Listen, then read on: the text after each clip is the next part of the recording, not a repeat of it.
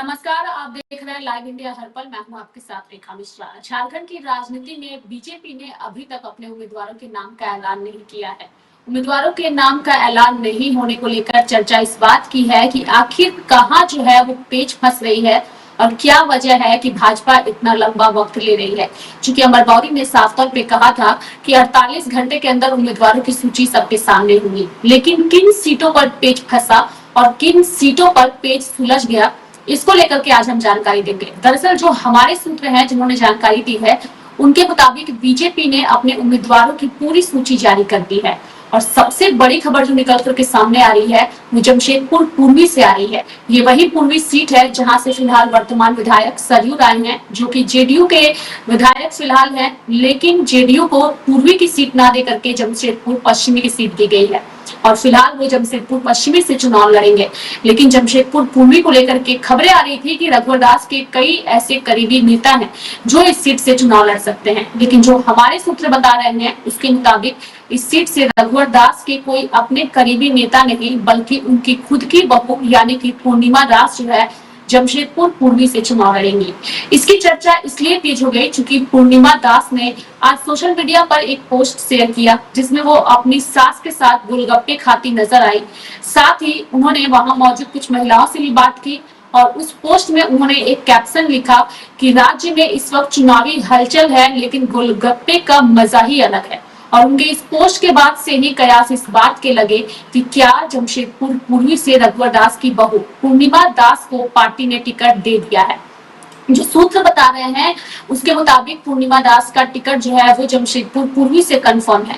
वहीं दूसरी ओर अगर हम अर्जुन मुंडा की पत्नी मीरा मुंडा की बात करें तो उनका टिकट जो है वो भी कंफर्म हो गया है और जो हमारे सूत्र हैं उसके मुताबिक जो पोटका सीट है वहां से उन्हें जो है वो पार्टी का टिकट मिलेगा।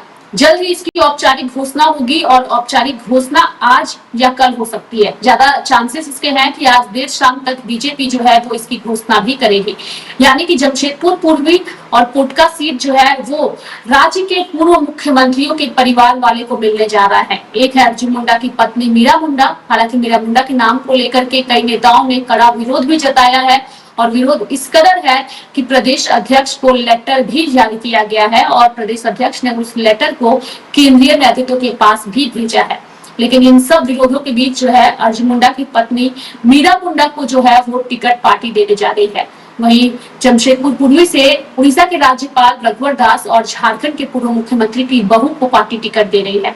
वहीं रांची और हटिया सीट को लेकर भी कुछ दिनों से संशय काफी ज्यादा था और चर्चा और माहौल कई तरह के सामने आ रहे थे, लेकिन जो खबरें प्रकाशित हुई थी उन खबरों में काफी सच्चाई निकली और रांची सीट जो है वहां से नवीन जायसवाल चुनाव लड़ने जा रहे हैं और हटिया सीट अजय नाथ शाहदेव को पार्टी देने जा रही है। यानी कि अजय नाथ शाहदेव ने भले ही अभी तक बीजेपी ज्वाइन नहीं किया है, लेकिन ये खबर जो है ये बिल्कुल सही साबित हुई है और लाइव इंडिया ने भी इस खबर को दिखाया था और हमारी खबर पर मुहर भी लगी है। यानी कि हटिया सीट से अजय नाथ शाहदेव चुनाव लड़ेंगे और रांची सीट से नवीन जायसवाल चुनाव लड़ेंगे।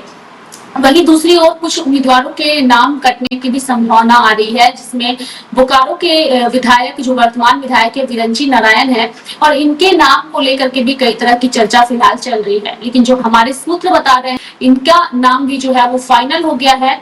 बोकारो से कई ऐसे नेताओं के नाम सामने आए थे जहां जिस पर विरंची नारायण काफी भारी पड़े और आखिरकार देर से ही सही लेकिन इनका नाम भी लिस्ट में तय हो गया है। और सबसे बड़ी खबर फिलहाल यही है कि भाजपा एक साथ अपने सभी उम्मीदवारों के नाम की घोषणा करेगी। चूंकि वक्त काफी कम है और 2 चरणों में राज्य में चुनाव होने हैं। 13 नवंबर और 20 नवंबर को वोटिंग होगी और वक्त को देखते हुए नामांकन की प्रक्रिया को देखते हुए पार्टी जो है वो एक साथ उम्मीदवारों की सूची जारी करेगी। इस बीच एक खबर ये भी सामने आ रही है कि सिमरिया से कुसुम दास का टिकट जो है वो कट गया है। यानी कि कुसुम दास का टिकट पार्टी ने इस बार काट दिया है और उनकी जगह उज्जवल दास पर पार्टी ने भरोसा जताया है। उज्जवल दास को इस सीट से पार्टी जो है वो टिकट देने जा रही है। वहीं दूसरी ओर अगर हम चंपाई सोरेन की बात करें और उनके बेटे की बात करें तो इन दोनों नेताओं का भी टिकट जो है वो पार्टी की ओर से कंफर्म कर दिया गया है। यानी कि सरायकेला से खुद चंपाई सोरेन चुनावी मैदान में होंगे और इस फिर से वो किस्मत आजमाएंगे। वहीं दूसरी ओर अगर हम घाटशिला सीट की बात करें तो घाटशिला सीट से उनके बेटे बाबूलाल सोरेन का नाम पार्टी ने तय किया है। वहीं दूसरी ओर हेमंत सोरेन की भाभी को जामताड़ा से टिकट पार्टी जो है देने का फैसला लिया है। यानी कि इससे पहले सीता सोरेन जो है वो ज्यादातर नाला से विधायक रही है, लेकिन इस बार वो अपनी किस्मत जामताड़ा से आजमाएंगी। अगर कांग्रेस पार्टी इस बार भी इरफान अंसारी को जामताड़ा से टिकट देती है तो सीधा मुकाबला सीता सोरेन और इरफान अंसारी के बीच होगा और ये सीट बेहद ही महत्वपूर्ण है। जामताड़ा में घट रही घटनाओं को लेकर कई सारी फिल्में भी बन चुकी हैं। सोशल मीडिया पर भी जामताड़ा के साइबर अपराधियों को लेकर के अलग अलग खबरें प्रकाशित होती है। इरफान अंसारी कई बार उन सारी चीजों पर बोलते भी नजर आते हैं।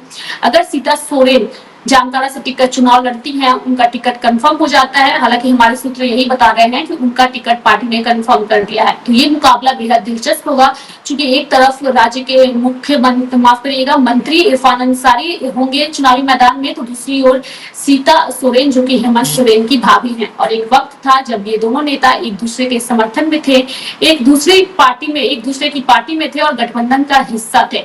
लेकिन लोकसभा चुनाव में सीता सोरेन ने अपनी पार्टी को छोड़ करके बीजेपी का दामन थामा था और दुमका से चुनाव लड़ी थी। उन्हें हार का सामना करना पड़ा था और इस बार पार्टी जो है वो दुमका से सुनील सोरेन जो कि वहां के सांसद रह चुके हैं, पूर्व सांसद पर भरोसा जता रही है और दुमका से सुनील सोरेन को टिकट देने जा रही है। यानी कि कुछ ये ऐसे नाम है जो फिलहाल काफी चर्चा में है और इन नामों पर पार्टी की ओर से मुहर लग गई है। दूसरी ओर अगर हम इंडिया अलायंस की बात करें तो इंडिया अलायंस ने भी आज अपने पत्ते खोल दिए। यानी कि उम्मीदवारों के पत्ते नहीं खोले, लेकिन सीटों को लेकर के पार्टी ने अपने पत्ते खोले। यानी कि हेमंत सोरेन ने घोषणा की कि 70 सीटों पर जो है वो कांग्रेस और जेएमएम चुनाव लड़ेगी और बाकी की बची 11 सीटें जो है वो सहयोगी गठबंधन दल को दिया जाएगा।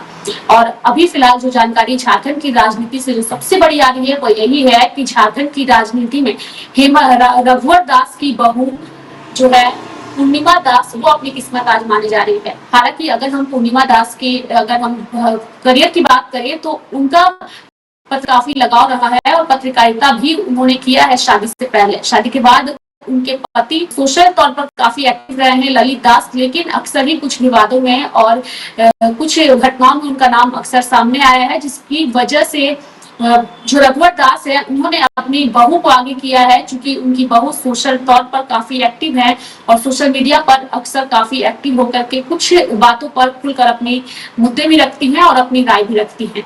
ऐसे में जो जानकारी फिलहाल हमारे सामने है और झारखंड की राजनीति की सबसे बड़ी खबर फिलहाल यही है कि रघुवर दास की पत्नी बहू जो है उनकी एंट्री राजनीति में हो रही है। रांची सीट नवीन जायसवाल के खाते में गई है और अजय नाथ साहदेव हटिया से चुनाव लड़ेंगे। अब ये घोषणा औपचारिक होनी बाकी है, लेकिन जितनी उम्मीद है और जो खबरें हमारे सामने आई है, पार्टी की ओर से आज उम्मीदवारों की नाम की लिस्ट जो है वो जारी कर दी जाएगी और इसको लेकर लगातार बैठकें जो है वो शिवराज सिंह चौहान की अध्यक्षता में जारी भी है। मेरे साथ फिलहाल अभी के लिए इस खबर में इतना ही। तब तक के लिए आप देखते रहिए लाइव इंडिया हर पल। नमस्कार।